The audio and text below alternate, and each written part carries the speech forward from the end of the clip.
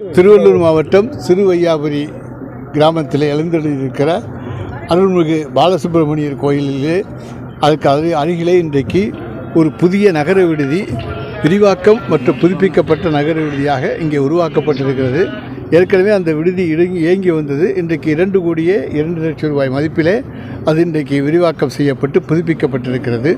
எனவே அதனுடைய திறப்பு விழா நிகழ்ச்சியில் கலந்து கொண்டும் அதேபோல் அருள்மிகு பாலசுப்பிரமணிய சாமியை தரிசனம் செய்தும் செல்வதற்காக இங்கே வந்தேன். திறப்பு விழா நிகழ்ச்சி மிகச் சிறப்பாக நடைபெற்றது. எல்லோருக்கும் மகிழ்ச்சியான ஒன்று.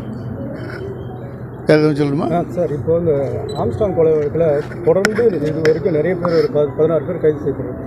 சட்டத்துறை அமைச்சராக அடுத்த கட்ட நடவடிக்கை என்ன? அதாவது இதிலிருந்து நீங்கள் தெரிஞ்சுக்கிறீங்க, தமிழகத்தினுடைய சிபிசிஐடி காவல்துறை மாண்புமிகு தமிழ்நாடு முதலமைச்சர்களுடைய கட்டுப்பாட்டில் மிகச் சிறப்போடு அதில் புலனாய்வை மேற்கொண்டிருக்கிறது என்பதற்கு இது ஒரு எடுத்துக்காட்டு. எனவே யாரெல்லாம் இதில் சம்பந்தப்பட்டிருக்கிறார்களோ அவர்களையெல்லாம் கைது செய்து சட்டத்தின் முன்னாலே கொண்டு வந்து நிறுத்துவது தான் அரசினுடைய நோக்கமாகும். எனவே இதில் எந்த விதமான சமரசத்துக்கும் இடமில்லை.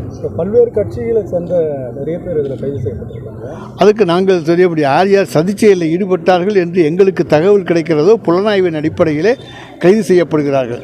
நீதிமன்றம் தான் அதற்கு பிறகு அதில் முடிவு சொல்ல வேண்டும்.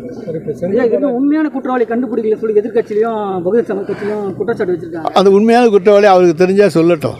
ஏன்னா உண்மையான குற்றவாளியை கண்டுபிடிக்கலன்னு எடப்பாடி பழனிசாமி சொன்னால் அப்போ அவருக்கு ஏதோ தெரிஞ்சிருக்குன்னு அர்த்தம். அவர் சொல்லட்டும். சார், இப்போ செந்தில் பாலாஜி 1 வருஷம் ஆகுது. இப்போ நாளைக்கு நேரில் ஆஜர்படுத்த சொல்லியிருக்காங்க. சொல்லுங்கள். இப்போ தொடர்ந்து அவருக்கான இது எப்போ கிடைக்கும்? ஜாமீன் எப்போ கிடைக்கும்? என்ன? அதாவது அவர் தொடர்ந்து மேல்முறையீடு இதெல்லாம் செஞ்சுக்கிட்டு வர்றாரு. ஆனால் வேண்டும் என்று காலதாமதம் என்றெல்லாம் சொல்ல முடியாது. ஏன்னா நீதிமன்றம் இது தலையிட்டிருக்கு. நீதிமன்றம் ஜாமீன் கொடுக்கின்ற பொறுப்பு நீதிமன்றத்தை இப்போ சேர்ந்தது. எனவே நீதிமன்றத்தின் மீது நாம் எந்த குற்றச்சாட்டும் வைக்க முடியாது.